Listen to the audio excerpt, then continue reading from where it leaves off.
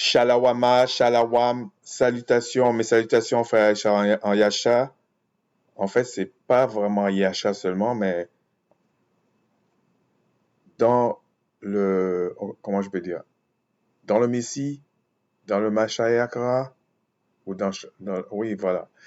Euh, on parlera un jour en détail de ce genre de choses-là. Bon, shalawam, ça veut dire shalawama ou shalawam, ça veut dire paix en fait, hein. Donc, c'est ce que je vous souhaite. Et en fait, je souhaite à tous ceux qui prennent en considération les lois du Tout-Puissant et qui le craignent. Voilà, c'est assez simple. Euh, et surtout que, bon, en ce moment, bon, je vais essayer d'en parler un petit peu avant et puis on va continuer. En ce moment, ça va à cœur joie dans le monde chrétien. Avec ce qui se passe dans ce qu'ils appellent le Proche-Orient, ils ont créé le mot. Bon, c'est assez. Personnellement, moi, ça m'amuse. Je ne suis pas en train de parler des événements en tant que tels, les gens qui meurent à droite à gauche. Non, je ne parle pas de ça. Je parle de l'imposture. Sincèrement, il y a une imposture dès le départ. Mais ma vidéo, c'est pas ça. Aujourd'hui, je vais parler d'une vidéo à la suite d'une vidéo que j'avais vue de Armando. Mais je vais pas. Ça aurait été trop long parce que déjà, je vais la faire en 3 parties. Ça allait être trop long si je faisais une réaction à tous les passages dans sa vidéo. Parce que j'avais prévu d'aller dans chaque passage dans sa vidéo, mais j'ai dit non, ça va être trop long. Et déjà, sa vidéo fait peut-être 53 minutes. Non, ça allait être trop long. Et c'est pas, c'était pas mon intention. Ce que je veux faire dans cette vidéo-là, c'est euh, parler du mariage. Mais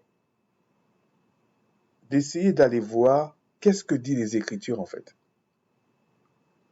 Est-ce que c'est ce qu'il a dit? Est-ce que c'est ce que les chrétiens disent? Est-ce que c'est ce que le monde dit? Parce qu'à un moment donné, il faut aller au fond des choses.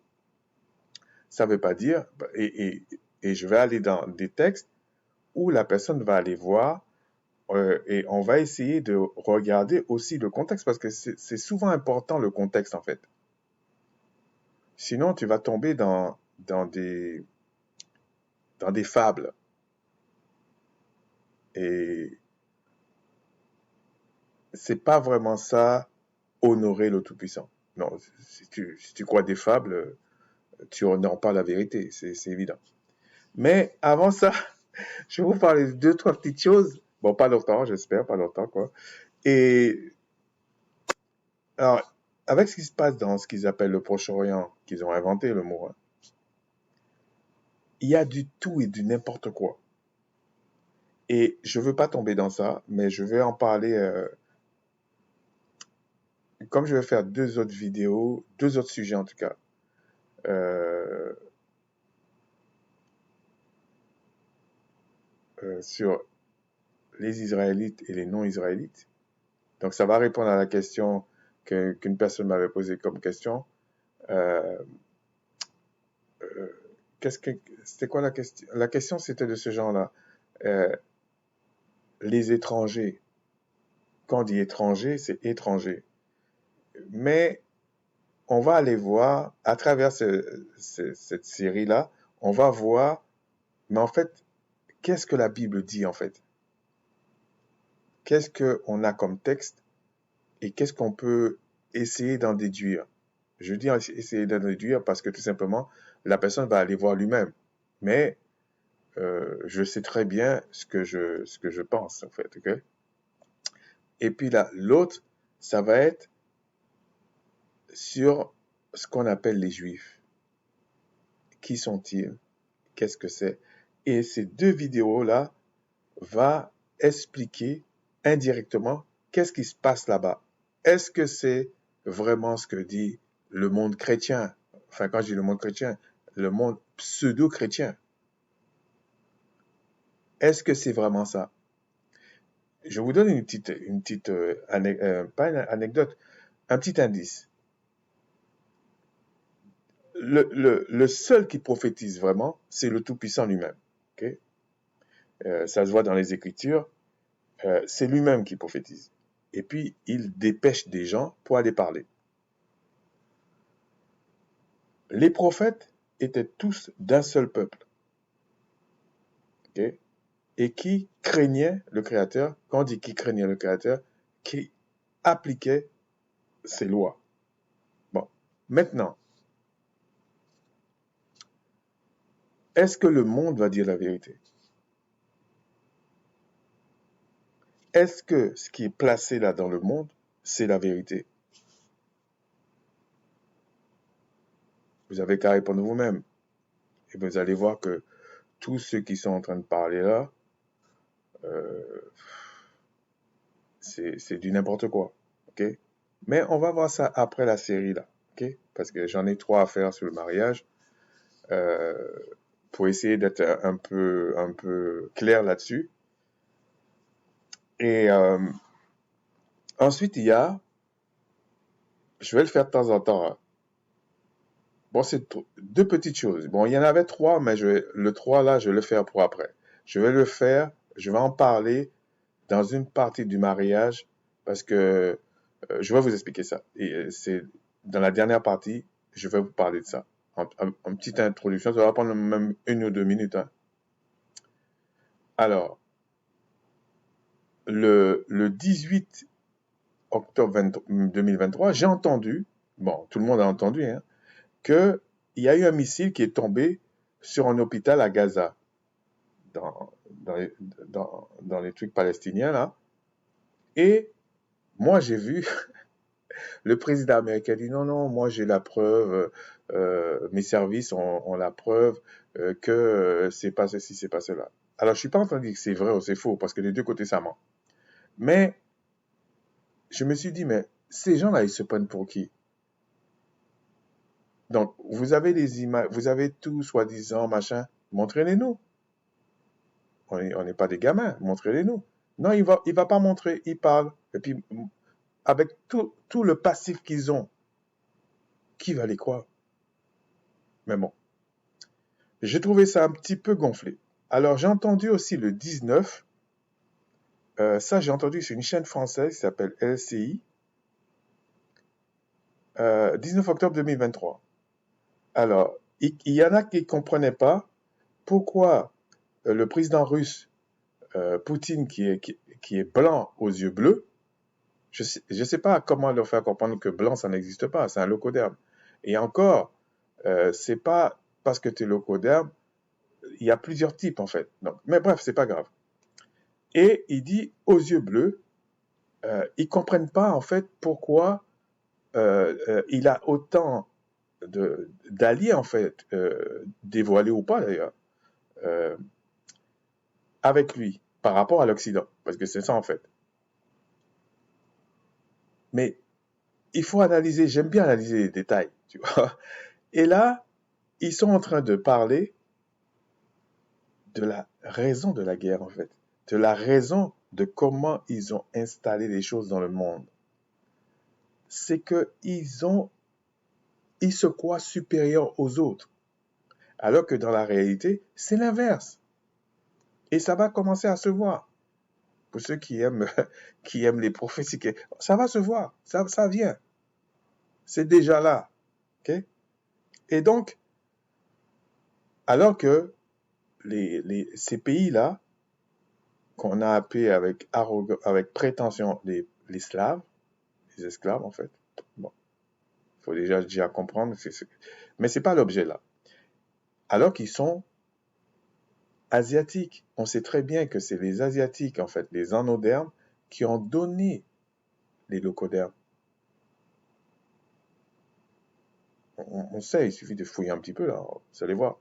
Donc, il y a des choses qui sont choquantes. Et puis, en même temps, cette personne dit, ah, c'était le bonheur dans les années 60, puisqu'à partir de 72, il y avait le choc pétrolier.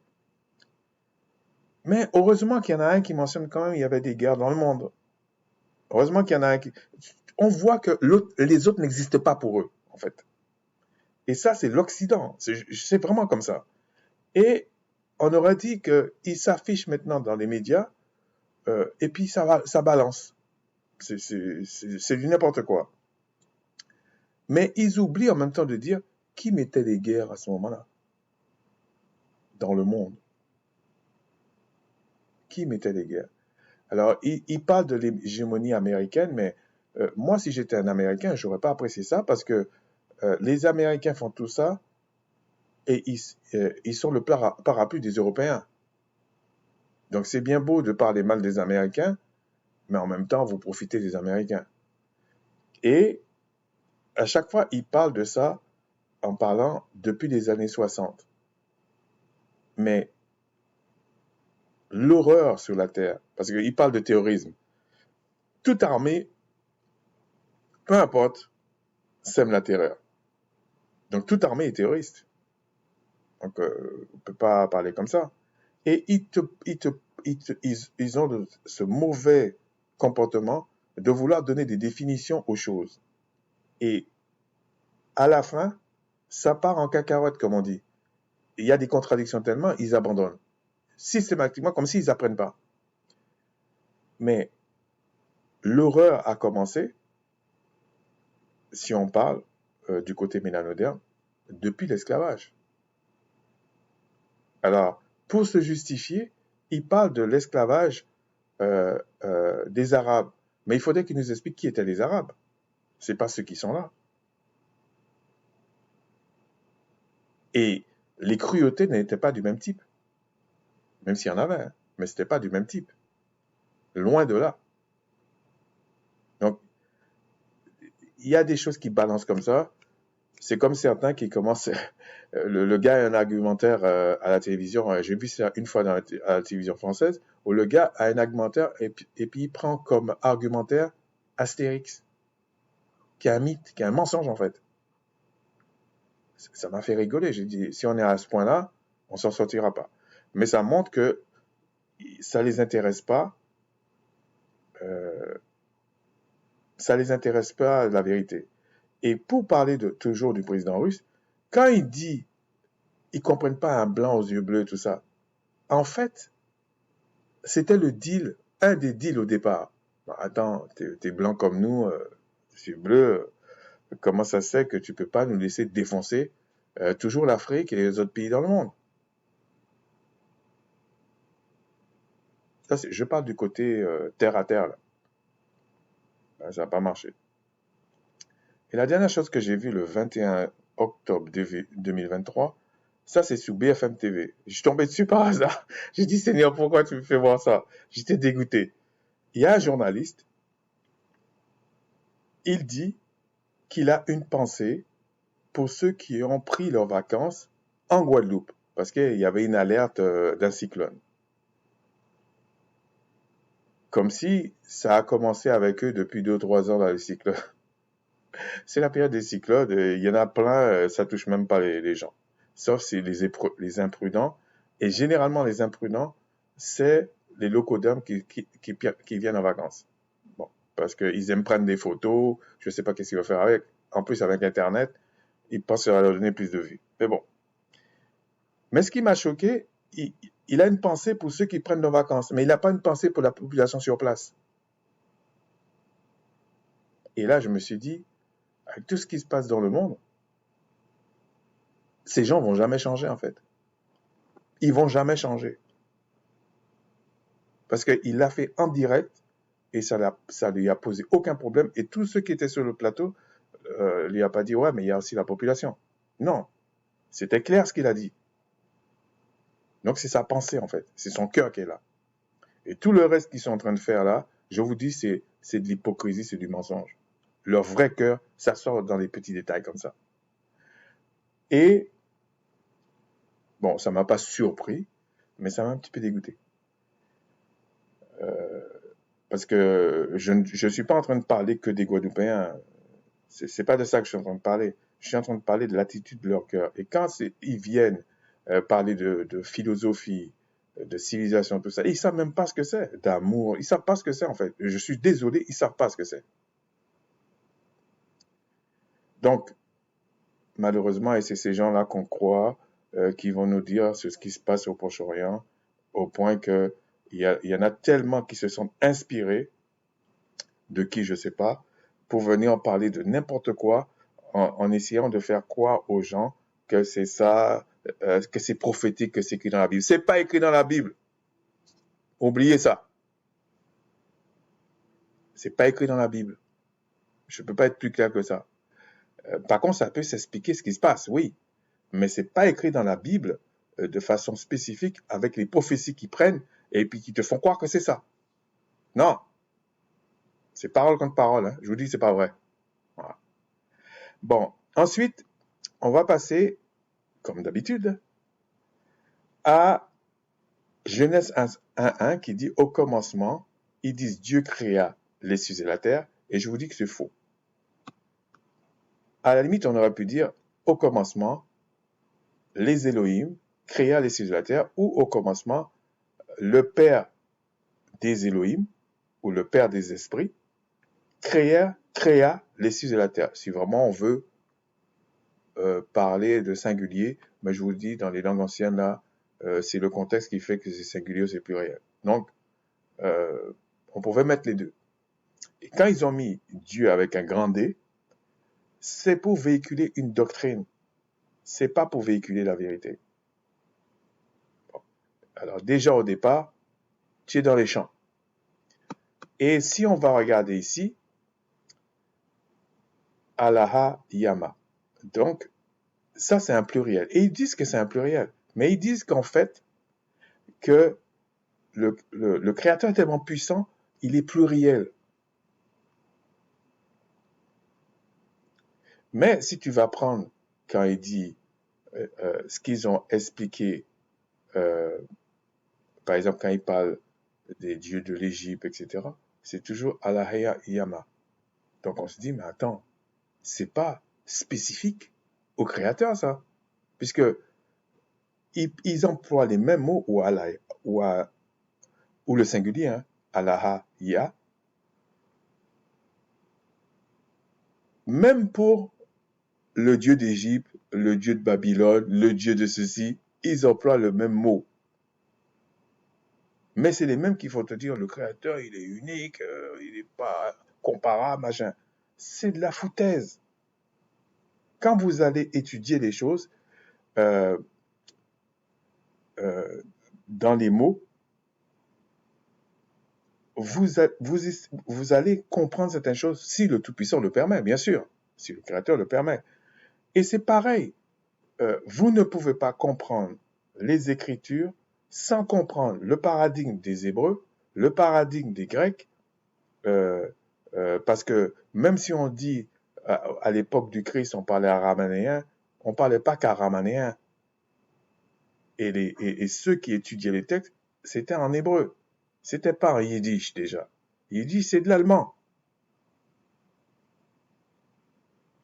Bon, c'est pas l'objet de parler de comment le monde est fait. Je parle sur le plan terrestre, là, comme ça. Vous allez être choqués, et c'est vrai. En tout cas, certains vont être choqués. C'est tout du mensonge. Et quand je vois les chrétiens, ou les pseudo-chrétiens, ils nagent dedans comme du poisson, là, tout est faux. Donc, quand ils vous disent « Ah, moi, je marche selon le cœur », je ne les condamne pas, mais je sais qu'ils se plantent.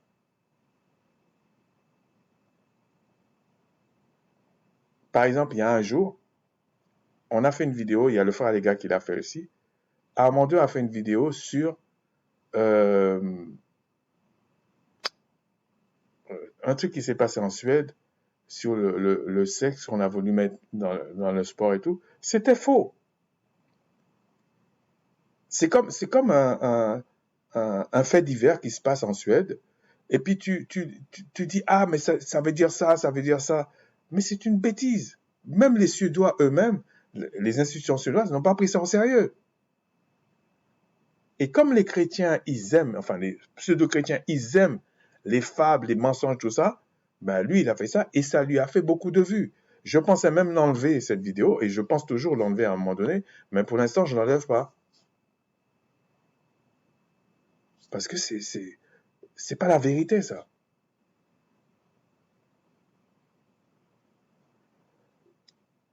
Et puis quand il veut parler, il revient avec ça, mais c'est faux. C'est pas vrai. C'est deux ou trois huluberlus qui ont décidé de faire ça. Ils ont été déboutés.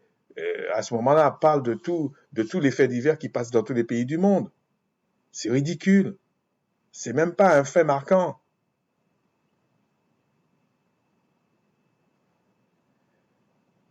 Donc, je disais que, et il y a un autre aspect aussi, si vous ne prenez pas en compte, bon, bien sûr, la culture, le paradis et tout, mais les lois du Créateur, les lois qui avaient été révélées à Macha, et que Christ n'a pas rejeté.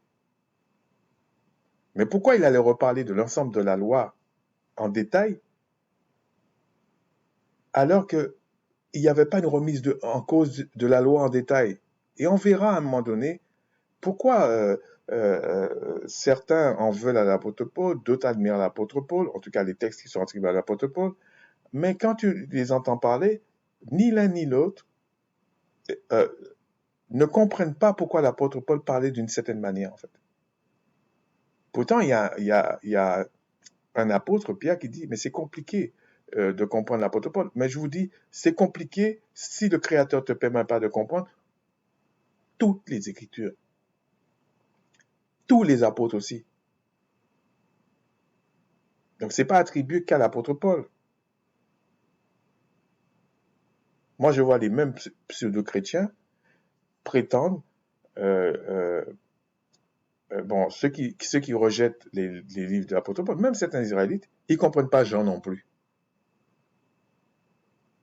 Ils ne comprennent pas Matthieu non plus. Ils ne comprennent pas Pierre non plus. Ils ne comprennent rien à l'Apocalypse, ils ne comprennent pas Jean. Ils ne comprennent pas les actes. Parce que les actes, ce n'est pas écrit par l'apôtre Paul, en fait. Et beaucoup pensent que c'est écrit par l'apôtre Paul. Ils ne comprennent pas non plus. Ils ne comprennent pas Luc. Donc, ce n'est pas une question de Paul qu'ils ne comprennent pas.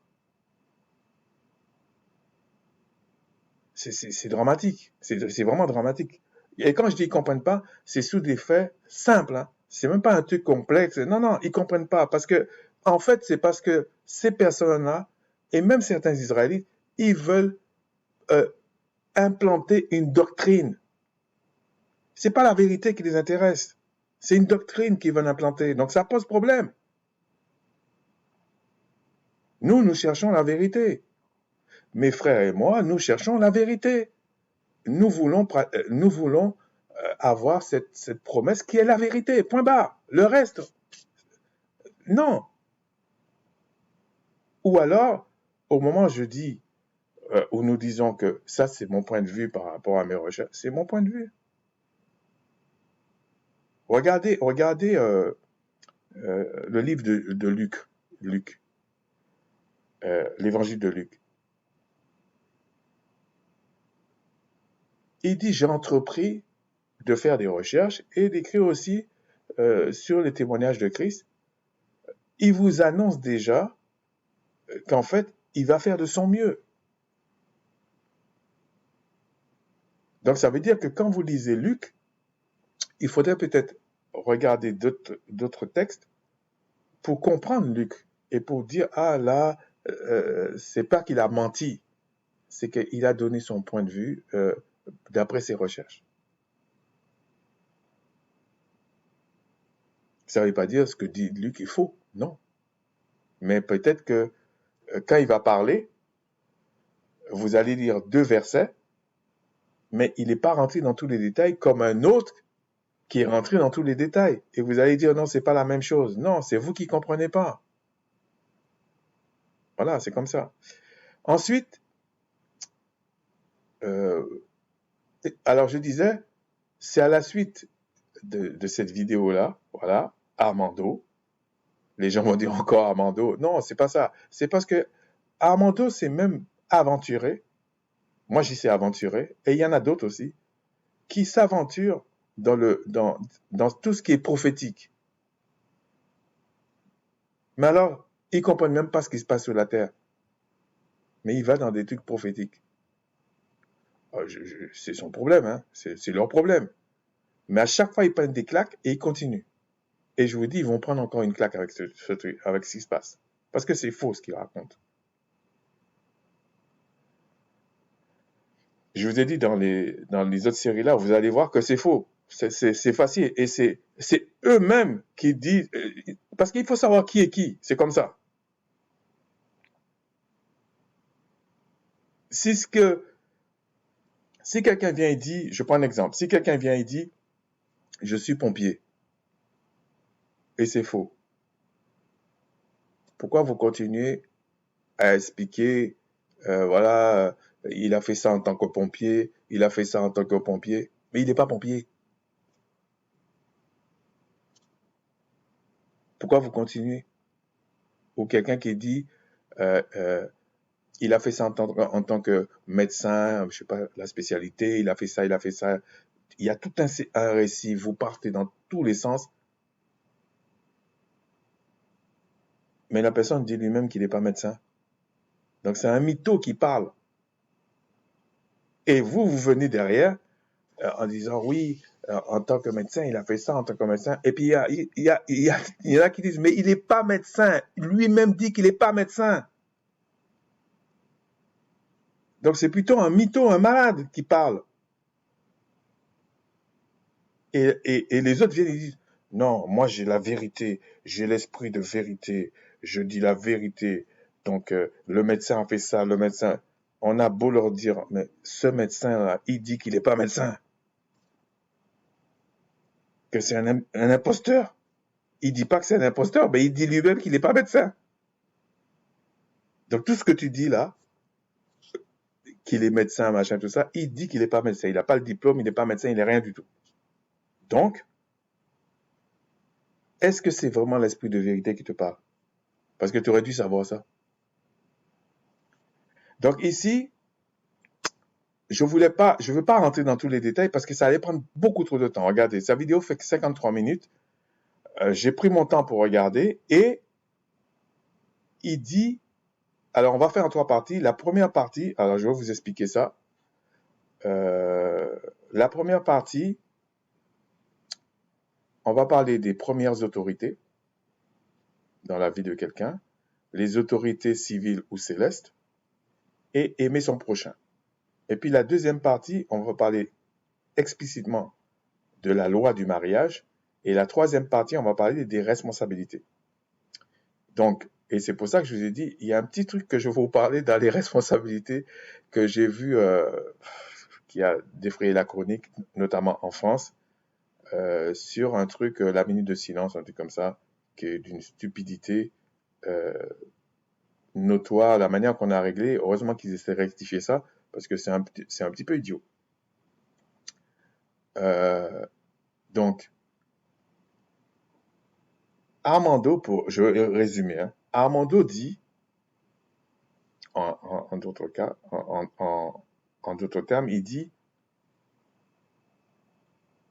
alors je ne sais pas s'il y a le mariage d'Armando, le mariage pseudo-chrétien, le mariage chrétien et le mariage, enfin, quand je dis, je ne veux pas dire chrétien, le mariage de Tout-Puissant, selon les lois du Tout-Puissant. Parce que Armando dit, et j'assume vraiment ce que je dis, Armando dit que le mariage, qu'il ne faut pas. Alors, il est dans les sentiments, la sentimentalité. Oh, parle comme un homme. Et il dit que on ne doit pas faire les rapports sexuels avant le mariage. Et il définit le mariage par rapport au mariage civil. Et il ne parle pas, c'est ça son problème, il ne parle pas du paradigme ni hébreu, ni grec, ni le paradigme gréco-romain. Il ne parle pas de ça. Bam, il dit il faut faire ça, il faut faire ça, il faut faire ça. De quel droit tu dis ça? Ça n'a aucun fondement, ce qu'il dit. Donc nous allons voir qu'est-ce que dit les Écritures. Et vous pouvez aller vérifier, même dans le contexte. Donc on va commencer, et j'étais pas d'accord du tout avec ce qu'il disait, même si, en fait, ce que je lui reproche, c'est que, et c'est vraiment une doctrine pseudo-chrétienne, c'est-à-dire que on te balance un dogme. Ça peut plus ou moins se faire, ça peut plus ou moins être compris. Pourquoi on fait comme ça? Pourquoi? Mais il y a des choses qui se passent chez les gens parce que, écoutez bien, hein, parce que il y a eu déjà à la base une transgression. Donc, pour colmater des brèches, ils viennent, surtout la doctrine chrétienne, pseudo-chrétienne, là, ils viennent te dire, il vaut mieux faire comme ça. Mais ils vous disent pas pourquoi ils disent ça. Et ils en font un dogme qui n'a rien à voir avec je ne vais même pas dire le vrai christianisme, qui n'a rien à voir avec le christianisme, en fait.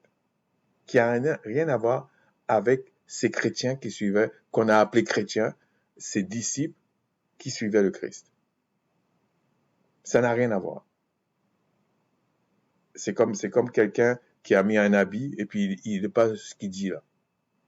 Parce que chrétien, ça veut dire suivre le Christ. Et Christ suivait qui? Ah oui, il faut répondre à cette question-là aussi. Donc, on va aller dans Genèse 2,24. Dans Genèse 2,24, voilà ce qu'il est dit. Pourquoi je dis 2,24? Oui, 2,24, 25. C'est pourquoi l'homme quittera son père et sa mère. Donc, cette partie-là, je vais vous dire, c'est les premières autorités de quelqu'un, c'est les premières autorités. On vous dit, c'est pourquoi l'homme quittera son père et sa mère et s'attachera à sa femme et deviendront une chair. Pas une seule, j'ai déjà expliqué ça. L'homme et sa femme étaient tous deux nus et ils n'en avaient point honte. Mais ce qui est intéressant ici, c'est qu'on dit, alors que on parle pas, alors qu'Adam et Ève n'ont pas de parents humains. Pourtant, on dit, l'homme quittera son père et sa mère et s'attachera à sa femme et ils deviendront une chair. Donc, on vous dit que cet homme-là a déjà une autorité. Mais on n'explique pas pourquoi il s'attachera à sa femme, on n'explique pas tout ça. Et on n'explique pas le détail. Mais par la suite, on va expliquer. Et si on va ici, non. Si on va ici, je vais essayer de ne pas faire de bêtises là. Regardez, quand il dit l'homme quittera, alors l'homme ici, selon la convention que j'utilise, Ayasha, Ayasha, Ayasha. Si on prononce les trois lettres, Ayasha. On ne dit pas Adama ou Adam.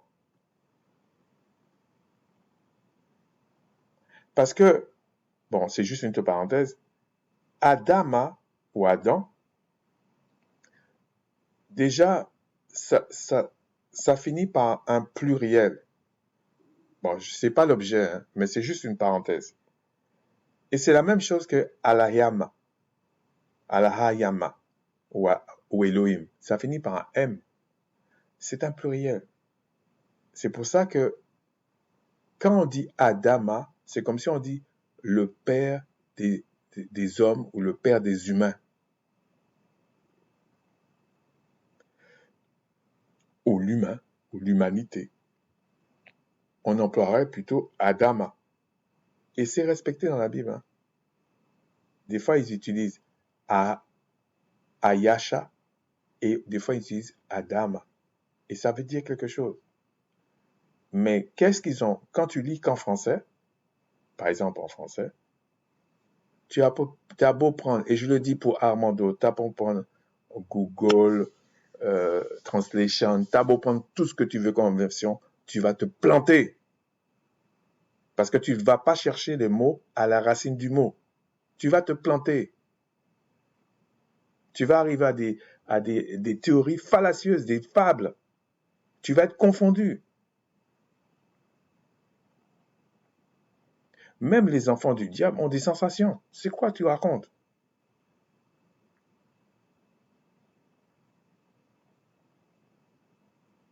Oui, Saül était tourmenté quand le Créateur l'a rejeté. Mais il y en a d'autres que le Créateur a envoyé un esprit d'égarement. Ils avaient la paix pour aller s'égarer. Donc, il ne faut pas se baser sur ça. Et il y a aussi le fait que le Créateur patiente avec certaines personnes, mais ça ne veut pas dire que tout ce que la personne, parce que le Créateur patiente, que tout ce que la personne fait, c'est vrai. Ça ne veut pas dire ça. Donc ici, et puis pour mère, ils utilisent Amawa. Amawa. Non, en fait, c'est Ama. Ama.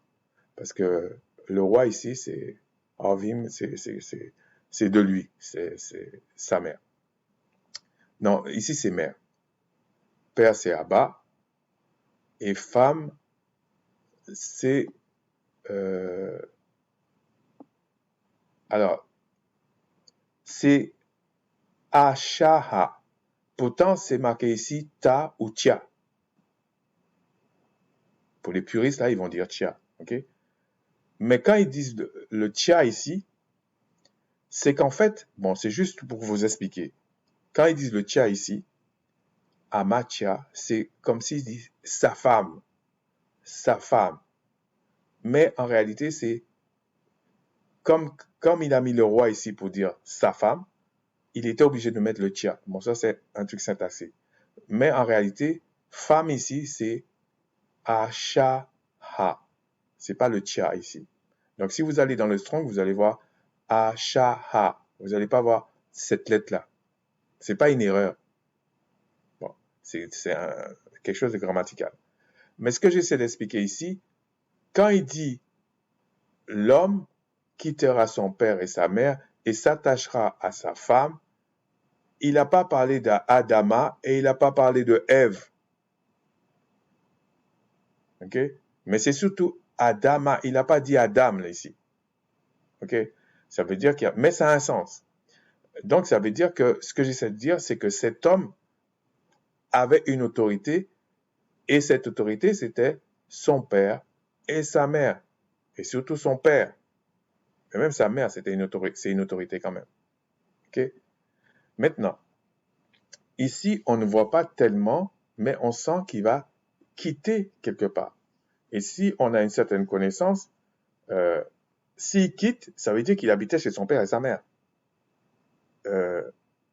Il n'est pas né en donnant à son père et sa mère des directives. Et si on anticipe un peu les Écritures, c'était les parents qui arrangeaient le mariage.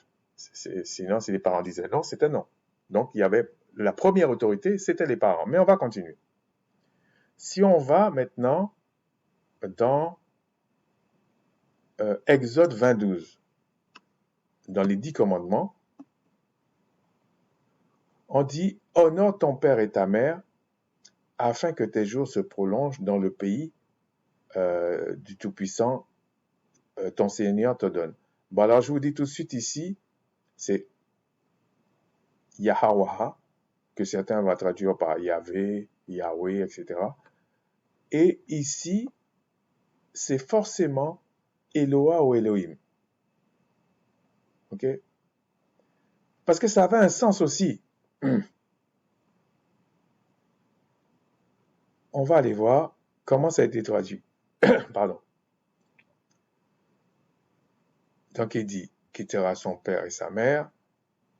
Regardez, ils ont bien dit Ama et Abba. Bon, voilà. Ça m'a toujours étonné quand on dit Abba et puis on dit d'autres choses. Non, il y a une convention. J'ai choisi cette convention-là parce qu'elle était plus logique pour moi. Et lorsque vous allez ici, ils ont traduit Elohim et c'est faux. Il n'y a pas le ma à la fin. Le cas qui est là, c'est pour dire of you. L'Éloa à toi, ou l'Éloa de toi, ou ton Éloa. Et ils ont traduit par ton Dieu. Mais ici, quand il dit l'Éternel, ils ont traduit par l'Éternel, ici, c'est pas le même Dieu, la même orthographe que Genèse 1.1 avec le pluriel. Ici, il est singulier. La dernière lettre, là, le ma, là, il n'existe pas. Ils sont pas tarés. Ils savent très bien leur langue. Pourquoi Armando et d'autres, même Olivier, tout ça, vous n'allez pas dans ces choses-là. Ça allait enlever des choses. Obligé. Forcément, vous allez vous poser des questions. Mais peut-être que, bon, c'est une expression comique, hein. Il y a des gens qui aiment des choses que les choses ne les aiment pas. Voilà, c'est comme ça. Et lorsqu'on est habitué à quelque chose de mauvais, on est dans une zone de confort. Alors, vous allez dire, c'est peut-être injuste, parce que si la personne est habituée à quelque chose qui est bien, ben, il est bien, c'est bien pour lui. Voilà, c'est comme ça. Donc ici, on dit honore, honore, honore ton père et ta mère, afin que tes jours se prolongent dans le pays que le Tout-Puissant, ton Éloa, te donne.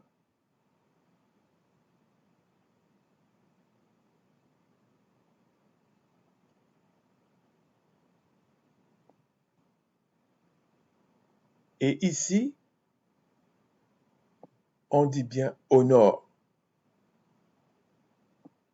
Dans le contexte où on est, il ne faut pas enlever le contexte. Le père et la mère ici, si on prend le contexte, lui aussi obéit aux lois. Et on lui dit, honore ton père et ta mère. Maintenant, si ton père et ta mère n'obéissent pas aux lois, si on prend toujours ce contexte, parce qu'avant d'extrapoler, il faut prendre le contexte. C'est le Seigneur qui allait s'en charger.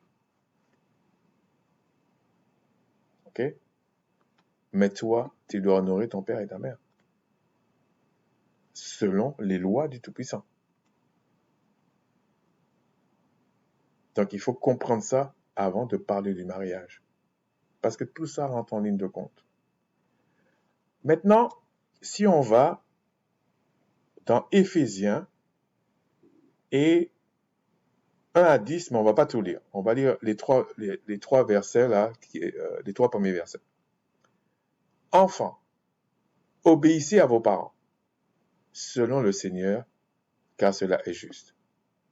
C'est la même chose que j'ai lu, honore ton père et ta mère. C'est la même chose que là, mais c'est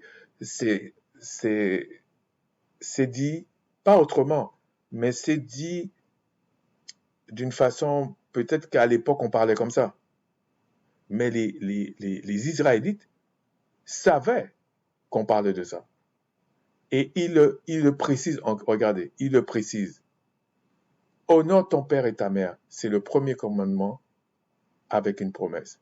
Honore ton père et ta mère, afin que tu sois heureux et que tu vives longtemps sur la terre. Sachant que ton père et ta mère, ils ont appris les lois du Créateur. Et quand tu vas l'honorer, forcément, il va te transmettre des choses. Il va te parler, il va te dire, voilà, le mariage c'est ça, tu vas te marier, ok, il va te donner des conseils, ta mère aussi, etc. Sachant que ton père et ta mère doivent craindre le Tout-Puissant. Et si ton père et ta mère ne craignent pas le Tout-Puissant parce que c'est le bordel sur la terre, ben, tu seras obligé de faire l'effort de savoir qu'est-ce que le Tout-Puissant attend de toi. Pas seulement dans ton foyer, ça peut être dans tes rapports avec les autres et tout ça. Il y a tout un ensemble de choses. Donc, avant de parler du mariage, il faut savoir qui est l'autorité. Regardez, enfants, obéissez à vos parents selon le Seigneur, car cela est juste. Et après, il précise, honore ton père et ta mère. Donc la première autorité, là, c'est ton père et ta mère.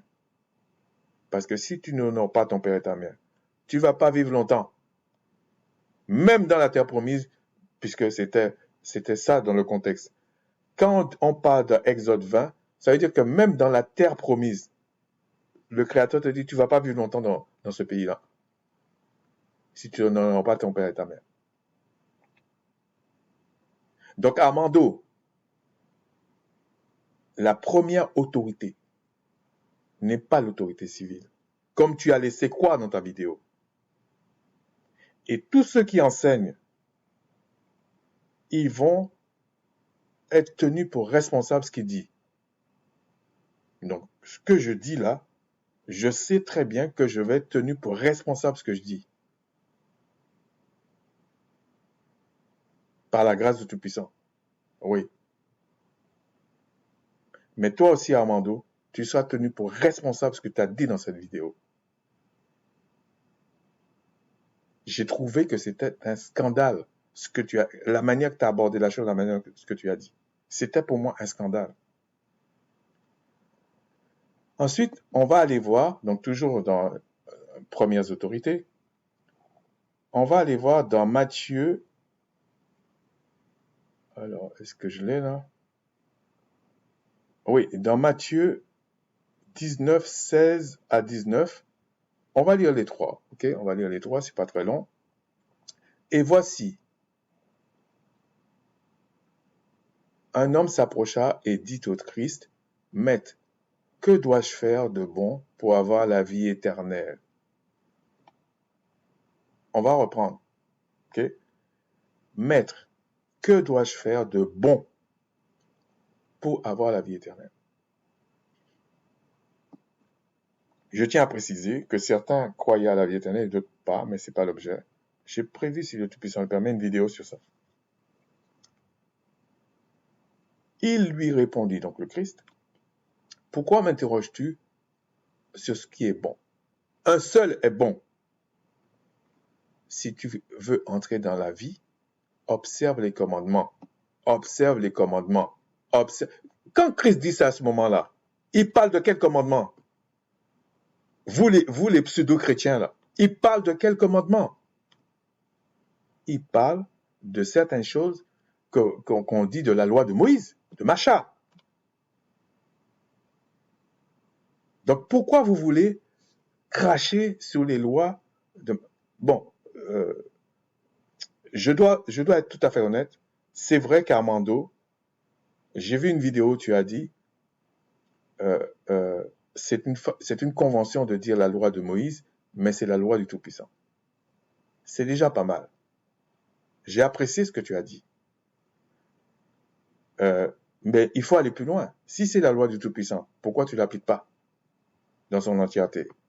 Et pourquoi il y a des choses qui ne se font pas? C'est ça que tu dois travailler. Tu es un docteur, non? Comme tu dis. Quoique, tu t'es même immiscé dans les prophéties. Hein? Donc, tu dois être prophète aussi, mais tu n'oses pas le dire. C'est peut-être trop fort pour toi, parce que tu parles du ministère de prophétie. Un prophète, quelqu'un qui n'est pas prophète, pourquoi il va aller dans le mystère de la prophétie? Oh, faut arrêter de jouer. Hein. J'ai des oreilles bien aiguisées par la grâce du puissant. Faut faire attention. Et j'aime les détails. Ok? Donc tu as dit ça. Sois clair. Ok? Lesquels, lui dit-il? Un seul est bon. Si tu veux entrer dans la vie, observe les commandements. Et là, il lui dit lesquels, lui dit-il. Lesquels? Alors, Christ n'allait pas lui citer 300 commandements. Il a fait des résumés. Et c'est très intelligemment fait, en fait. Et Christ répondit, « Tu ne tueras point, tu ne commettras point d'adultère, tu ne déroberas point, tu ne diras point de faux témoignages, honore ton père et ta mère, et tu aimeras ton prochain comme toi-même. » Mais Christ lui a dit, en fait, applique toute la loi. Mais pourquoi Christ lui a pas dit, observe aussi les sacrifices d'animaux? C'est ça qu'on attend, Armando, que tu étudies les Écritures, que tu analyses les Écritures.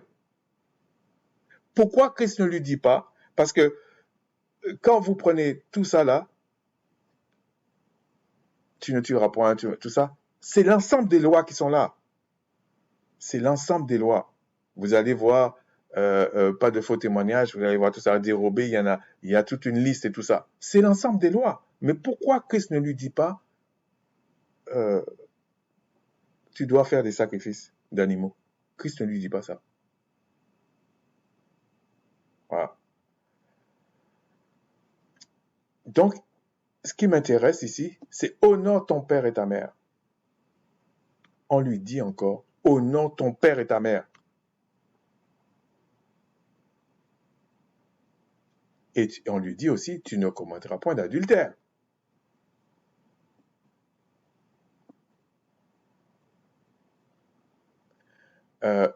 Commettre adultère ici, le frère Allega avait fait une très bonne vidéo sur ça. Le fait de dire à un homme, tu commettras pas point adultère, c'est le fait qu'il aille avec une femme mariée.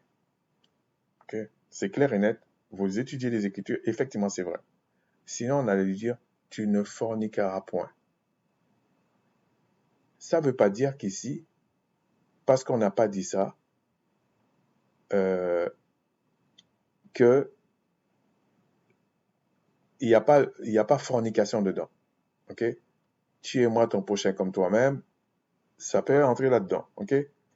Tu ne voleras point, ça peut rentrer là-dedans. Ok? Tu ne tueras point, ça peut rentrer là-dedans. Ça dépend à quel niveau tu le prends. Donc, Christ lui a tout dit, et après il lui dit même, il a fait tout ça, mais il a honoré son père et sa mère. Il n'a pas dit, quand on dit honorer son père et sa mère, il n'a pas été dit, tu dois faire les caprices de ton père et de ta mère. C'est pas ce qu'on a dit. Et quand on te dit honore ton père et ta mère, dans tout ce que j'ai lu là, le père et la mère est vivant. Hein. Il n'est pas mort. Il n'est pas enterré. Le Tout-Puissant, le Créateur de toutes choses, est un Seigneur des vivants. Il n'est pas le Seigneur des morts. Donc ici, c'était pour rappeler que les premières autorités, c'est ton père et ta mère. C'est pas les autorités civiles, même si elles ont une certaine importance. Et c'est pas les autorités célestes non plus, même si elles ont une certaine importance. Les premières, indirectement, la première autorité, c'est le Tout-Puissant, on est d'accord. Mais je parle dans des relations horizontales. C'est ça que je suis en train de parler. C'est ce qui est sur la terre. Je ne parle pas dans le culte, dans des choses comme ça, que j'estime être verticales. Ok? Je ne parle pas de ça. Je parle de tout ce qui est horizontal, pour que ce soit bien clair. Donc, les premières autorités, c'est ton père et ta mère. La preuve, l'enfant imite son père et sa mère. C'est tout ce qu'il fait. C'est pour ça que je comprends pas tellement, parmi les gens très civilisés, ils pensent que c'est la société qui va les éduquer, c'est l'école, c'est je sais pas, c'est le maire du coin, c'est le président, c'est de la confusion, pour ne pas dire de l'imbécilité. Bon, maintenant on va les autorités civiles et célestes. J'ai pris quelques textes toujours pour essayer d'expliquer. Oh non, j'aurais dû faire comme ça. Ouais.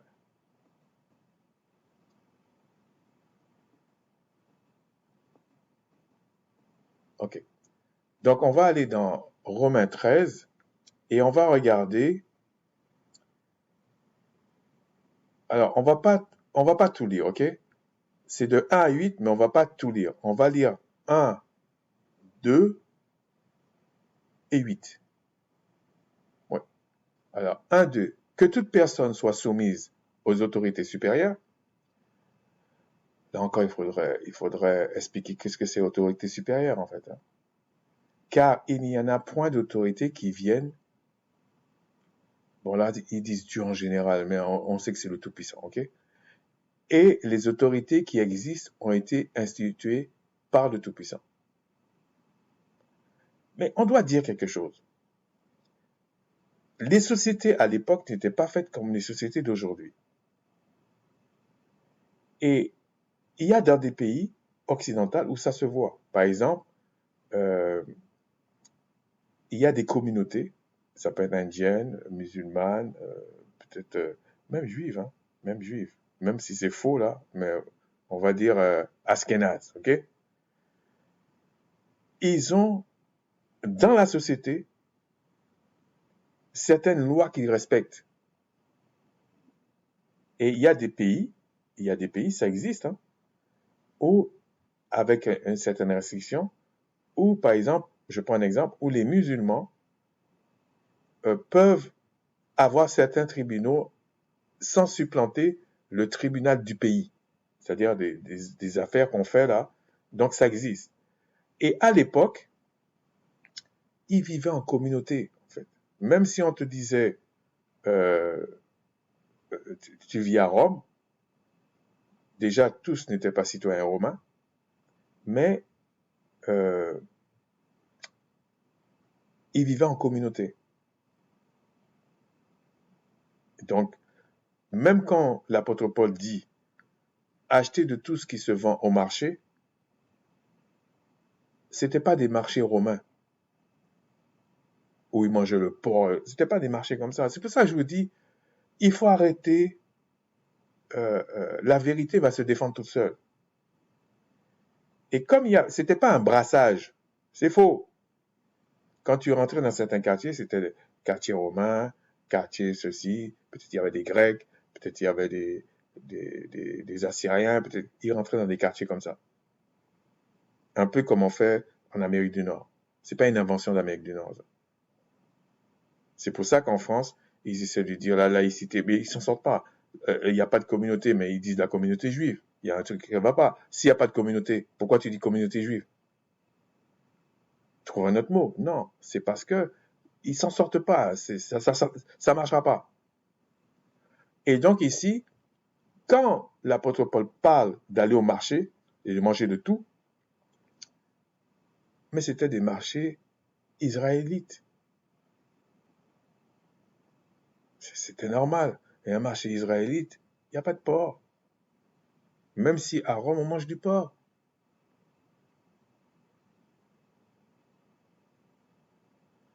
Et vous ne pouvez pas comprendre ça si vous n'allez pas étudier, comprendre comment fonctionnait la société romaine ou grecque ou israélite. Parce que vous ne comprenez pas que vous pensez que c'est comme maintenant. Et en plus, des gens comme toi, Amando, tu vis en ce moment aux États-Unis. Tu sais que c'est communautaire. Tu vas rentrer dans un quartier, par exemple chinois, tu vas trouver des choses que tu vas peut-être pas vouloir manger. Mais tu vas rentrer dans un quartier grec, peut-être tu vas trouver certaines choses. Donc arrête, ou africain, ou je sais pas quoi. Mais arrête de raconter n'importe quoi aux gens à ce niveau-là. Parce que tu veux faire passer la doctrine chrétienne, pseudo-chrétienne, qui n'est pas la doctrine chrétienne en fait. Depuis quand les Grecs et les Romains sont des chrétiens? C'est pourquoi celui qui s'oppose à l'autorité résiste à l'ordre que le Tout-Puissant a établi, et ceux qui résistent attireront une condamnation sur eux-mêmes. Regardez ce qui se passait en Israël quand il y avait le Christ. Il y avait un gouverneur qui était là, romain, mais il y avait aussi des autorités avec des lois, avec des choses israélites. Puisqu'il y avait le souverain sacrificateur, il y avait les sacrificateurs. Donc, c'était pas comme la doctrine pseudo-chrétienne essaie d'expliquer. Il y avait des autorités qui étaient là, qui étaient soumises à d'autres autorités, d'accord. Mais quand il parle ici, il parle à ses frères israélites qui sont à Rome. Donc, avant d'arriver au gouverneur romain, des choses comme ça, à l'empereur, des gens comme ça. Il y a toute une autorité qui est là, qui sont israélites, puisqu'ils habitent dans des quartiers israélites. Il y a des synagogues, il y a tout ça. C'était pas tous les quartiers de Rome qui avaient des synagogues. C'était là où il y avait les Israélites. Enfin, quand on dit synagogue, on essaie de t'orienter. Des assemblées d'Israélites. C'est ça une synagogue. Ils ont pris ça, ils ont fait des trucs avec, mais bon. Ensuite, on va aller au verset 8. Et il conclut en disant, ne devez rien à personne, si ce n'est de vous aimer les uns les autres, car celui qui aime les autres a accompli la loi. Ici, il ne dit pas accompli toute la loi. Il faut rentrer dans les détails, ok? Il dit accompli la loi. Mais il parle, quand tu vois, à partir du verset 1, il descend, il parle des magistrats, il parle de tout ça. Il est en train de parler, quand il dit au verset 8, aimez-vous les uns les autres, il est en train de parler des rapports entre frères. Entre frères. C'est pas parce que tu es magistrat que tu n'es pas israélite. C'est pas de ça qu'il parle là. Il te dit, ces autorités, toutes ces autorités qui sont là, c'est tous des Israélites. Et il n'est pas en train de parler ici, bien sûr, si tu respectes les autorités israélites qui sont là, donc les autorités civiles israélites qui sont là, eux-mêmes vont t'empêcher de faire quelque chose pour transgresser les autorités romaines qui étaient là. Ils vont gérer les choses comme ça. Un peu comme quand il y avait Moïse, Macha, et que Jéthro lui dit, en fait, tu vas pas t'en sortir, fais des chefs de 50, de 100, etc. Et les vrais problèmes vont remonter jusqu'à toi. Un peu comme quand il y avait le Christ, les sacrificateurs, enfin ceux qu'on appelait les Juifs, enfin ceux qui dirigeaient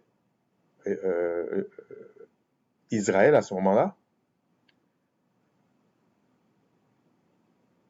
ils géraient beaucoup de choses, mais c'est à un moment donné, ils ont été parler au gouverneur romain parce qu'ils ont usé de ruse pour dire au gouverneur romain, en fait, que le Christ est un problème pour Rome. Mais en fait, le problème, c'était pour eux. Et c'est à ce moment-là, comme ils ont vu que eux, ils pouvaient pas gérer ce problème-là, parce que s'ils condamnaient le Christ directement, la foule, les populations allaient comprendre que ces responsables israélites qui étaient là étaient des imposteurs. Donc, et il savait que le Créateur allait frapper, parce qu'il savait ce que Christ faisait, comme a dit Nicodème, personne ne peut faire ça si tu ne viens pas du Tout-Puissant. Donc, ils étaient conscients de ça. Et pour ne pas tomber, bon, c'est leur calcul, hein, pour ne pas être sous les foudres du Tout-Puissant, ils ont été plutôt piéger les Romains, en disant aux Romains que en gros, si tu laisses le Christ faire ce qu'il veut là, vous allez perdre Israël. Donc c'est comme si ça allait faire tomber la suprématie de Rome en Israël. Donc le gouverneur ne pouvait pas ne pas réagir. Mais il y avait les autorités israélites qui étaient là avant. À Rome, c'est pareil. Et c'était pas que pour c'était pas que pour les Israélites, je pense. Pour tous ceux qui avaient d'autres lois là, mais les Israélites, c'était comme ça. Ensuite, si on va dans 1 Pierre 2, 11, 17. Alors, je vais peut-être pas tout lire là-dedans, là.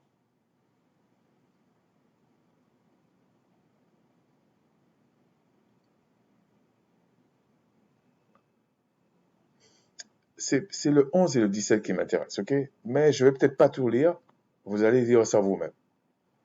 Bien-aimés, je vous exhorte, comme étrangers et voyageurs sur la terre, à vous obtenir des convoitises charnelles qui font la guerre à l'âme. Ok? Qui font la guerre à l'âme. Si on va ici,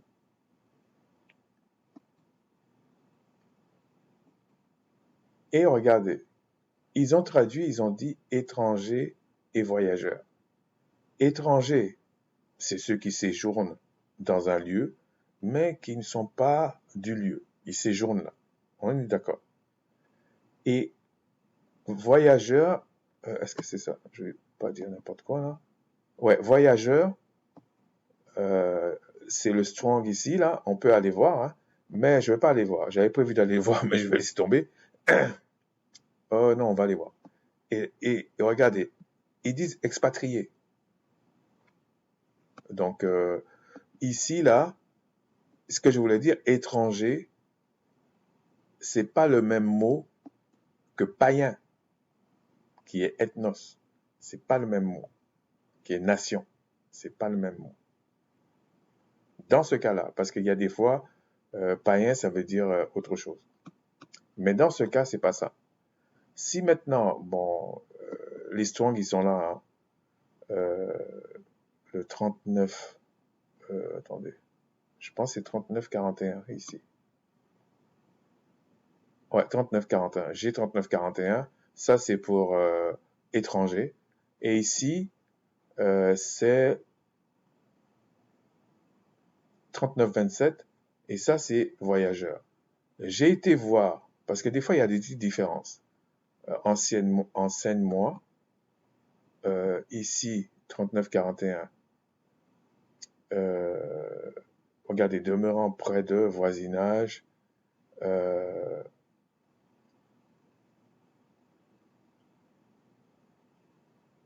Qu'est-ce qui m'intéressait ici? Ouais, celui qui vit dans un lieu sans avoir droit de cité, de citoyenneté. Ça, c'est un étranger. Parce qu'à Rome, c'était un peu comme ça. Il y avait beaucoup de personnes, mais tous n'étaient pas citoyens romains. Et regardez, ça n'a pas été beaucoup utilisé. Bon. Ici, quand on va, 39-27, là, c'est expatriés, voyageurs, etc. Regardez, celui qui vient d'un pays étranger et qui est dans une ville ou sur une terre où il réside aux côtés des autochtones, un étranger, etc. Là, c'est pareil.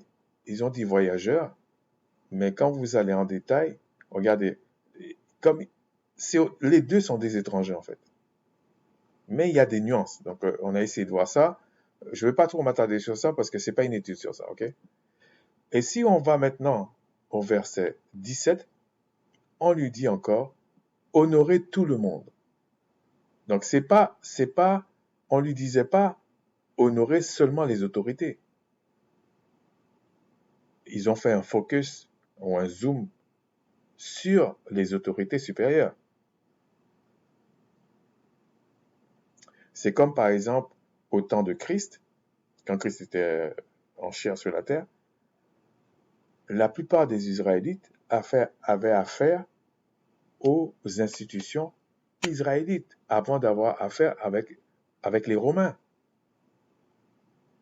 Et à Rome, c'était pareil. À Rome, c'était pareil. Les Israélites avaient affaire aux autorités israélites qui étaient sur place avant d'avoir affaire avec des autorités romaines. C'était comme ça qu'il fonctionnait. Donc on dit, regardez, honorez tout le monde. Aimez les frères, craignez le Tout-Puissant, honorez le roi. Bon, là, ici, quand il dit honorer le roi,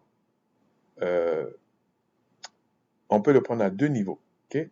On peut le prendre au niveau de responsable, mais on peut le prendre au niveau du pays où ils étaient.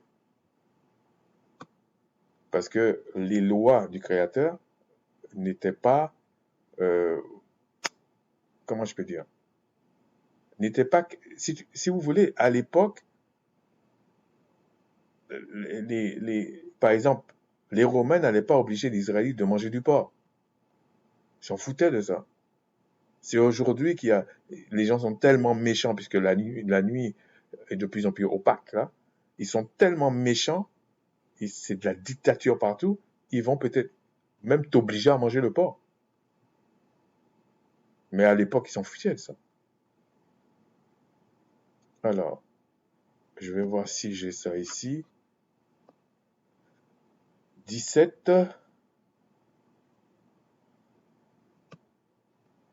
Bon, honoré, c'est honoré. Bon, j'ai pas regardé ça, mais...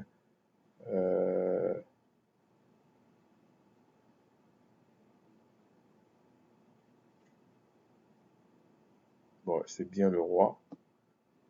Je suis curieux d'aller voir qu'est-ce que c'est. Ok.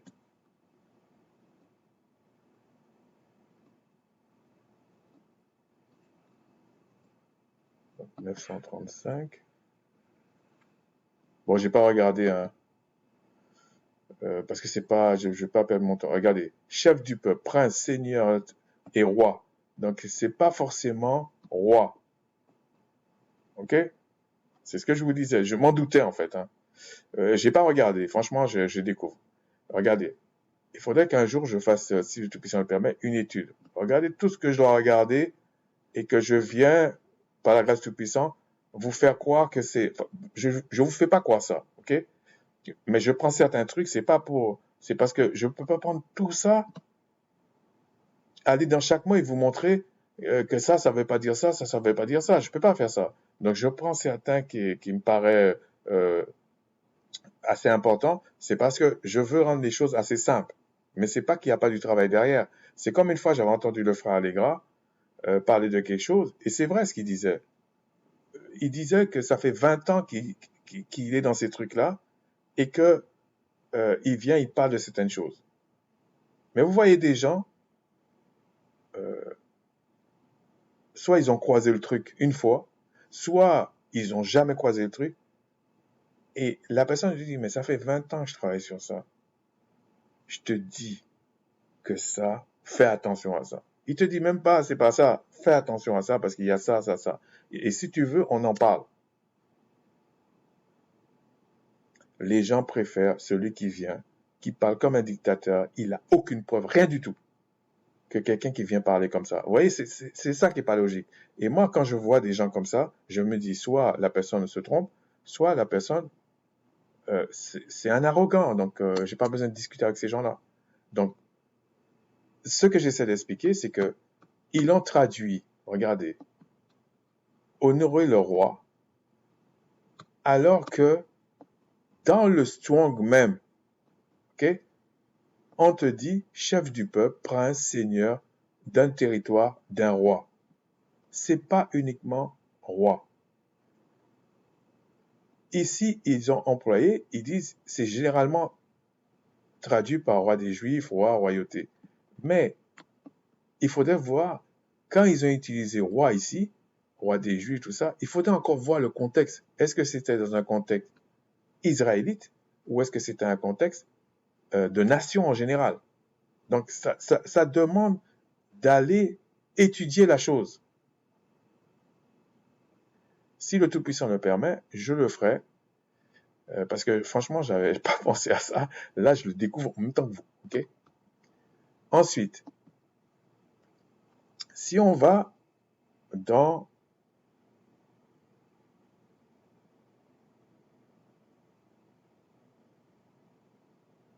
Oui, on va aller voir dans les références bibliques parce que j'avais prévu ça. Le verset 17. Le verset 17, regardez, hein, 2.12. Pourquoi j'ai été dans 2.12 et j'ai marqué 17? Ah oui, c'est pas 17, ok? On va aller voir 2.12. Au milieu des païens, il y a une bonne conduite. Et la plupart des gens pensent que païen, ça veut dire tout simplement ce qu'on pense aujourd'hui. On va aller voir. Non, on va d'abord aller voir là. 12. Nation. Sachant que, je vous ai déjà dit, nation là, ça peut vouloir dire beaucoup de choses, hein, nation. Mais c'est nation. Ça, ça peut même vouloir dire tribu. C'est pas uniquement nation comme aujourd'hui. Maintenant, si on va voir comment ils ont traduit, païen, ok, païen. Là, ils ont mis des nations. Parmi les nations. Là, ils ont mis des païens. Donc, si tu as un paradigme formaté par, pour moi, c'est pas du christianisme, c'est du gréco-romain au forceps, là, tu vas croire que c'est païen, en fait, qui a été écrit. Alors que c'est pas ça. Le païen, c'est dans un contexte, on va dire entre guillemets, religieux. Un Israélite par rapport à un autre peuple, par rapport aux lois, on va dire, c'est du paganisme. Certains qui étaient en Israël, qui appliquaient les lois par rapport à ceux qui ne les appliquaient pas, ils disaient c'est un païen. Les mêmes qui appliquaient les lois, plus ou moins, et qui voyaient un qui est quelque part dans un autre pays, dispersé, tout ça, qui appliquait pas les lois du Créateur, ils disaient c'est un païen. Le terme païen, là, c'était même pas lié aux autres pays, quoi. C'est un terme par rapport à Israël.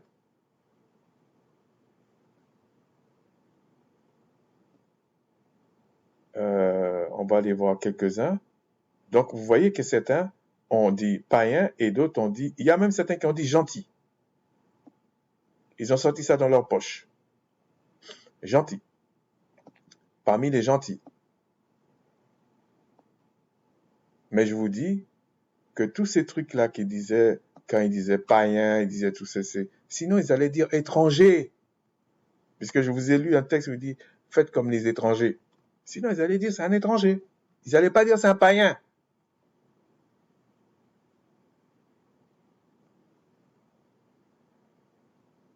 Alors, ensuite ici, on va aller plus vite.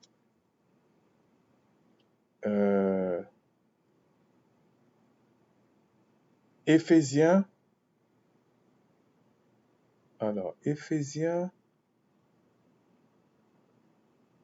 6, 11 à 18. Franchement, je ne vais pas tout lire, mais je vais lire quelque chose seulement.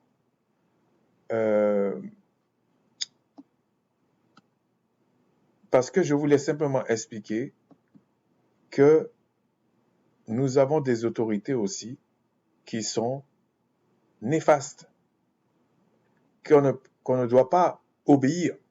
Et ça, c'est des autorités célestes.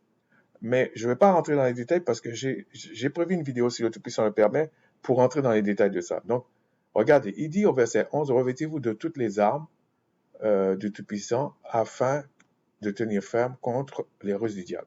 Et puis, il explique toutes les armes, tout ça. Mais il parle, regardez, nous n'avons pas à lutter contre la chair et le sang, mais contre les dominations, contre les autorités, les princes de ce monde de ténèbres, contre les esprits méchants des lieux célestes. Mais quand il dit ça ici, quelqu'un peut dire, mais c'est contradictoire s'ils comprennent bien les Écritures, parce que les autorités qui ont été placées, il y avait des Éloas dessus, ou des Malakas, des anges, et tout ça qui étaient là. Il n'y a pas d'autorité sans puissance. Ça n'existe pas. Sans pouvoir, ça n'existe pas. Et donc, on peut dire, mais il dit d'obéir à tout ça, et en même temps, il dit, ce sont eux nos ennemis. Mais il faut comprendre. Ceux qui disent d'obéir là, c'était des Israélites eux-mêmes. Ceux qui disent, là, il dit, les autorités là, ça c'était, si vous voulez, comme dit les Grecs là, les dieux étrangers qui étaient à la tête des États. Quoi qu'on ne disait pas État, à la tête des peuples, à la tête des organisations. C'est cela qu'il faut combattre. Et le verset d'ici, il dit, prends aussi le salut, hein, c'est pas ça qui m'intéresse, l'épée de l'esprit qui est la parole du Tout-Puissant. Donc, comment il faut faire ça? Ben, on va aller voir. Hein. 17, c'est le réma. Bon, je ne vais pas rentrer dans les détails, j'avais fait déjà une vidéo sur ça. C'est pas le logos. Donc là, c'est la voix. La voix. L'épée de l'esprit, c'est quand tu parles comme je parle là. Donc la prière, ou quand Christ a parlé et il a dit que ce figuier sèche. Il a parlé à haute voix, les autres ont entendu. Ça, c'est le réma. Pour les Grecs, hein, je parle. Ça, c'est le réma. Ok? C'est pas que la semence. C'est ce que a produit la semence dans la parole. C'est pour ça, Jean 1:1 dit, la parole, c'est le Créateur. Il a jamais dit que la parole, c'est le Christ. Il a jamais dit ça. Okay? C'est pas ça.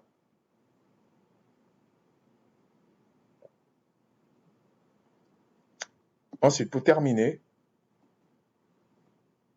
on va aller, on va parler, donc là, on a parlé des autorités, on a vu des autorités, les premières autorités qui sont les parents, on pourrait même dire la famille dans un certain sens, mais c'est les parents, père et mère.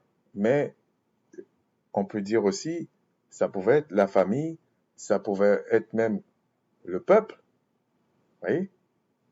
Tout ça, c'est les premières autorités qui sont là. Alors, il y a peut-être confusion quand on parle des anciens, tout ça, qui est assimilé à ce qui est la société civile, parce que c'est plus la famille. C'est que tu vis dans un cadre. Là, on est d'accord. Ensuite, il y a la société civile, on a vu qu'il faut obéir, mais de qui? On parlait de quoi? Parce que on montre qu'il y a des autorités qu'il faut obéir, qui ont des pouvoirs sur eux, des malaakas, malaakama, si on dit des anges, et ou des entités. Et vous avez, parallèlement à ça, d'autres autorités qui sont là, qu'il faut combattre. Puisque dans Éphésiens 6, on dit qu'il faut les combattre. Des dominations, tout ça là, il faut les combattre. Je vous ai dit, j'ai prévu de faire ça pour entrer dans un peu de détails, pour montrer, lorsqu'on parle de ces autorités-là qu'il faut combattre, c'est quoi les ramifications sur la terre? Parce que ça existe. C'est comme si quelqu'un qui vient qui dit, est-ce que l'homme impie, où il prend sa puissance? Pourtant, tu vois un homme devant toi, non? Avec la chair et le sang. Mais il prend sa puissance quelque part, non? C'est qu'il a des entités avec lui. C'est comme ça. Tout est esprit. Si on va maintenant... attends, là... Oui, on va finir avec ça. Okay? On va finir avec aimer son prochain. Parce qu'il y a la base d'aimer son prochain dans le mariage. Parce que ta femme, c'est ton prochain quand même. Ton mari, c'est ton prochain quand même. Okay? Tes enfants, c'est quand même ton prochain aussi. Hein? Tu peux dire ce que tu veux là. Et tout autour de toi, c'est aussi ton prochain. Mais je pars à ce niveau dans le mariage. On va finir sur ça. Et on va passer la prochaine fois, si le Tout-Puissant le permet, la loi du mariage en tant que telle, et ça sera la partie 2. Et on va voir ce que je reproche vraiment à Armando. Il fait pas d'effort et il dit non, si on me dit quelque chose, tout ça. Non, tu es venu en public parler. Tu es venu en public parler. Tu n'es pas dans un petit comité. Donc on te parle en public aussi. C'est comme ça. Et c'est pas comme si on te condamne. C'est pas, je m'en fous de ça, moi. Et je m'en fous réellement de ça. Alors, si on va dans dans Jean 13, 14-35, voilà ce qu'il dit. Je vous donne un commandement nouveau. Aimez-vous les uns les autres, comme je vous ai aimé. vous aussi, aimez-vous les uns les autres. C'était pas un commandement nouveau. C'était pas, parce que dans la parole, on dit, aime ton prochain comme toi-même. C'est pas ça qui était nouveau. Comme je vous ai aimé. C'est ça qui est nouveau. Comme je vous ai aimé. Ça, cette nouveauté-là, c'est une façon de voir exactement aime ton prochain comme toi-même. Parce que il y a, comment je peux dire, il y avait quelque chose qui pouvait ne prêter à confusion quand on dit aime ton prochain comme toi-même. C'est-à-dire, si le mec est tordu, il va t'aimer comme il est tordu. Et là, ça va pas. C'était pas ça qui était expliqué dans la loi de Macha. Mais Christ insiste, matraque en disant, je te donne un commandement nouveau pour bien que tu comprennes. Parce qu'il y avait la même chose pour la loi d'adultère. Hein. Donc, il dit bien pour que tu comprennes. Aime ton prochain comme moi je t'ai aimé. C'est ça qu'on veut dire. Voilà. Puis les chrétiens, on prend toute une histoire avec ça.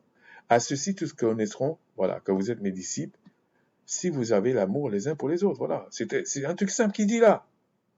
Mais ça a beaucoup de conséquences. Ensuite, on va aller dans Jean 15, 12 à 14, mais on va lire, on peut lire les trois là. C'est ici mon commandement. Aimez-vous les uns les autres comme je vous ai aimé. Donc, c'est son commandement, c'est comme je vous ai aimé. Donc, Christ parle en tant que chef. Il parle en tant que guide, en fait. Il parle en tant qu'envoyé par le Père Céleste. Il parle en tant que, comment je peux dire? Oui, en tant que chef. Mais lui-même dit, je parle parce que c'est ce que le Père m'a montré et m'a dit qui est ma nourriture.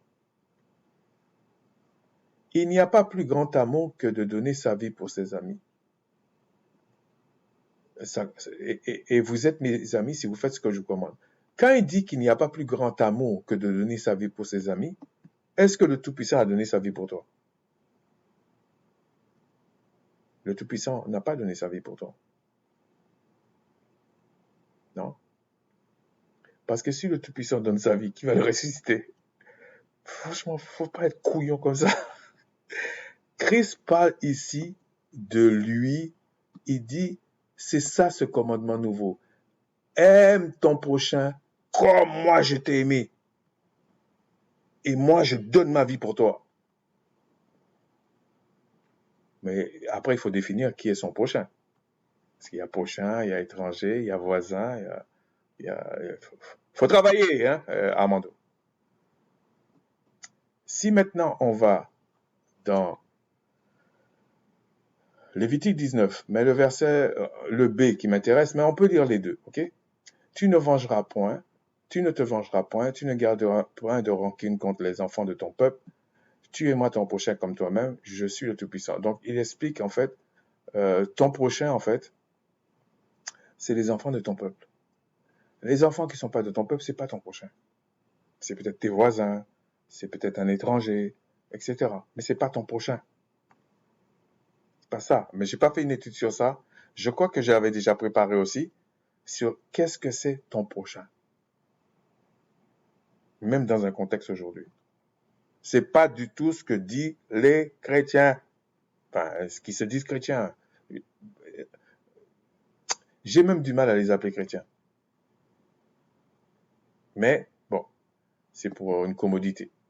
Donc, ici, on dit, tu aimeras ton prochain comme toi-même, et il explique dans le même verset qui est ton prochain. Et on t'explique que tu ne dois pas te venger.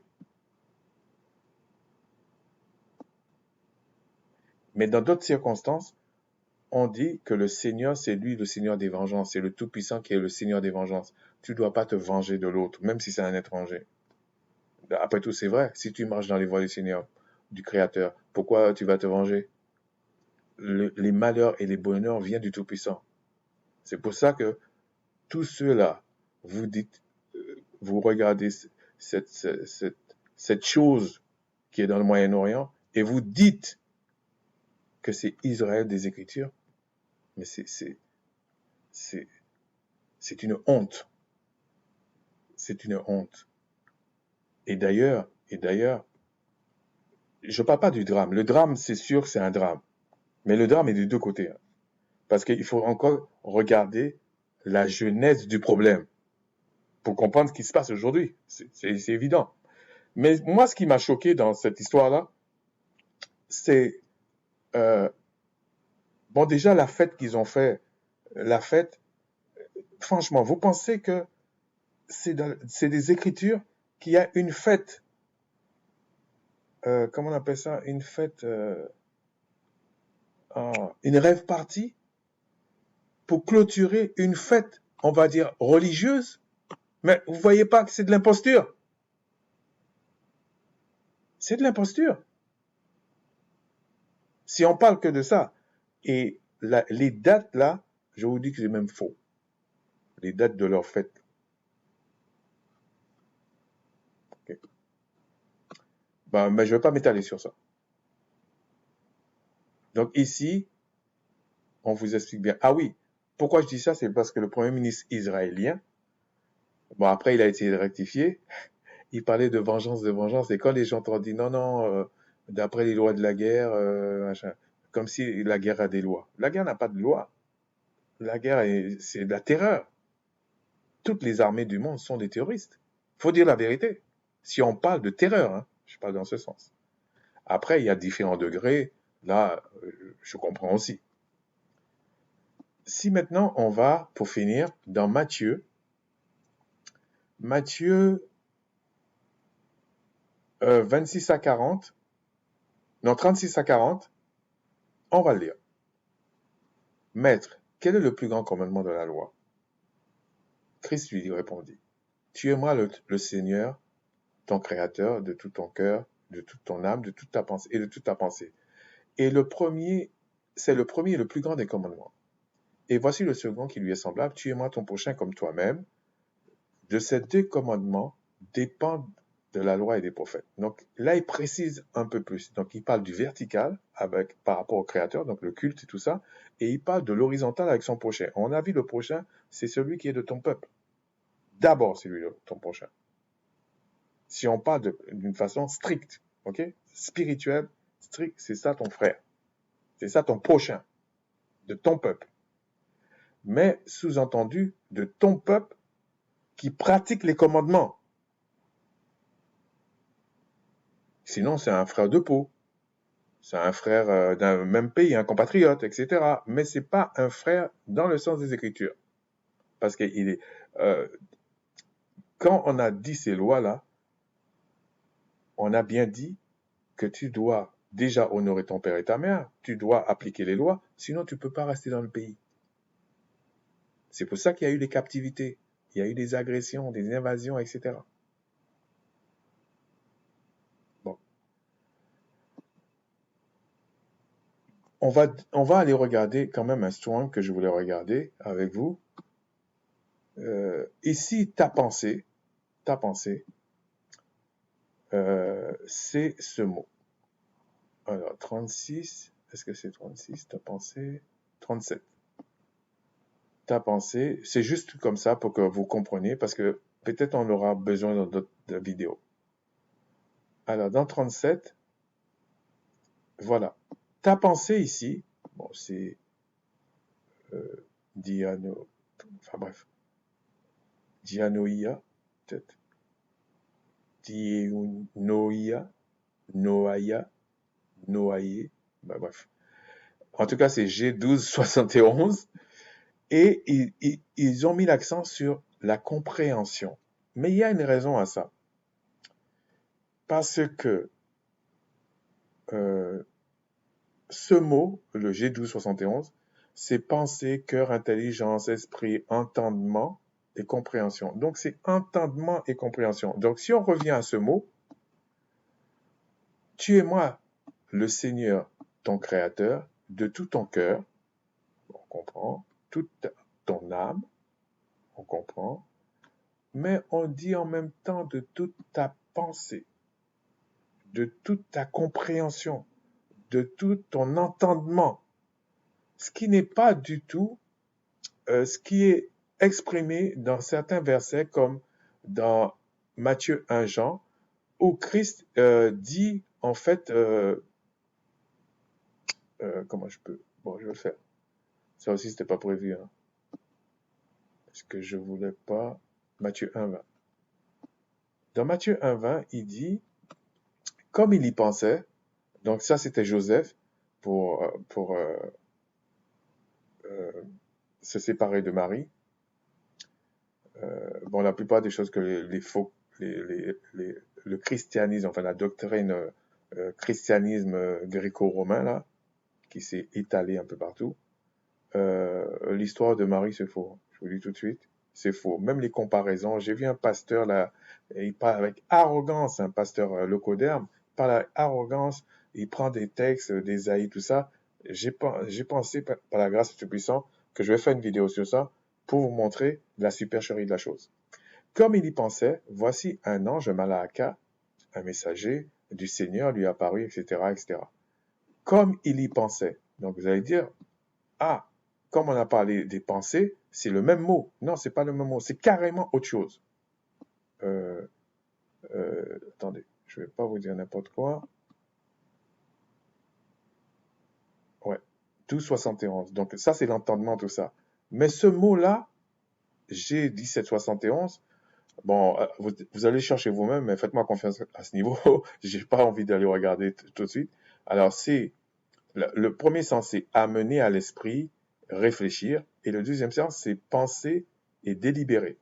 Donc, en fait, ici, là, quand Christ parle, ici, quand Matthieu parle ici, ce qu'il voulait exprimer, c'est que c'était arrivé, c'est une pensée, c'est quelque chose qui était arrivé à l'esprit, qui était, comme si on dit, qui était monté dans son cœur. Il voulait faire ça. C'est pas qu'il avait compris qu'il fallait faire ça.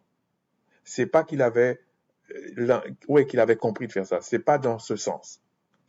Si on prend Matthieu 9:4, c'est la même chose.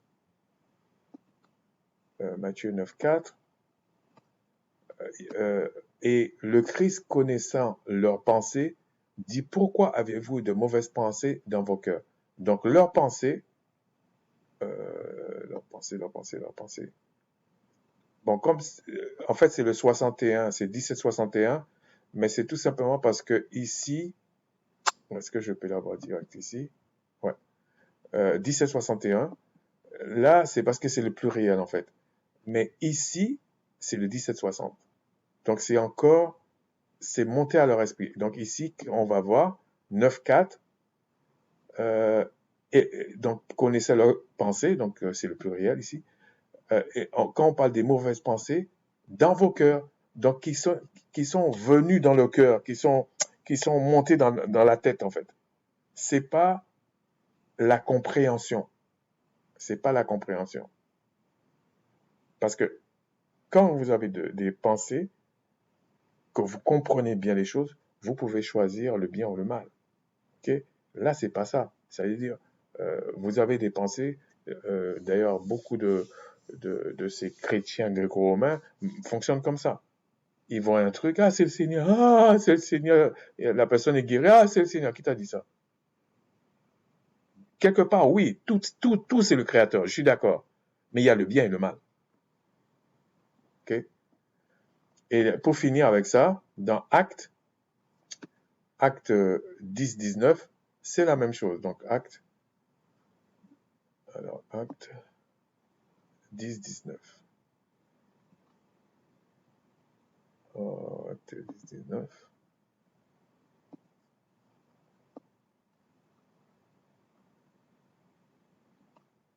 Et comme Pierre était à réfléchir sur la vision, vous voyez, il a dit réfléchir. L'Esprit lui dit, voici 3 hommes te demandent. Vous voyez, là, ils ont traduit par réfléchir. J'avais pas regardé celui-là, hein, donc. Et ils ont bien dit réfléchir. C'est pas qu'il a compris. Il était en train de réfléchir. Donc, c'est dans ce sens qu'on parle de penser. Donc, il y a deux mots pour penser, mais les deux ne signifient pas la même chose.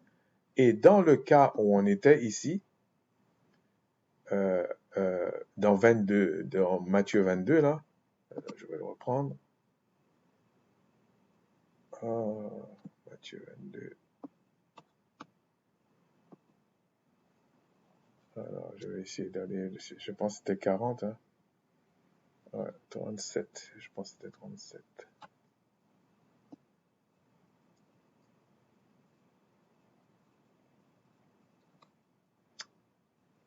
Quand il dit de toute ta pensée ici, de toute ta compréhension, de tout ton entendement, c'est pas tu es en train de réfléchir. Donc, pour que tu comprennes de tout ton cœur, de toute ton âme, de toute ta pensée, tu aimeras le Seigneur, c'est que tu comprennes les lois, tu comprennes ce qu'il te demande. On n'est pas dans la spéculation.